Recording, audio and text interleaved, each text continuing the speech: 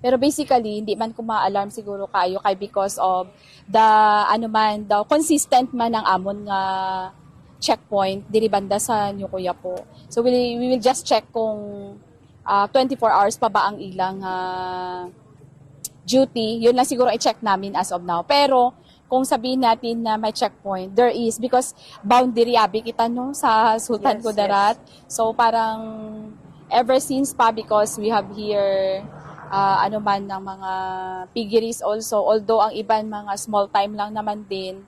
So ginisituit ginaton kay nako kahit na mas lalo kaiting protektahan ang mga small time kay kapital nila gamay tapos kung kahit dalawa nga lang kung namatayan ka na malaking kabawasan na yan. Pero sa preparation, upon reading the news yesterday, nag-ano na kami dayon, nag address na sang OMAG dayon.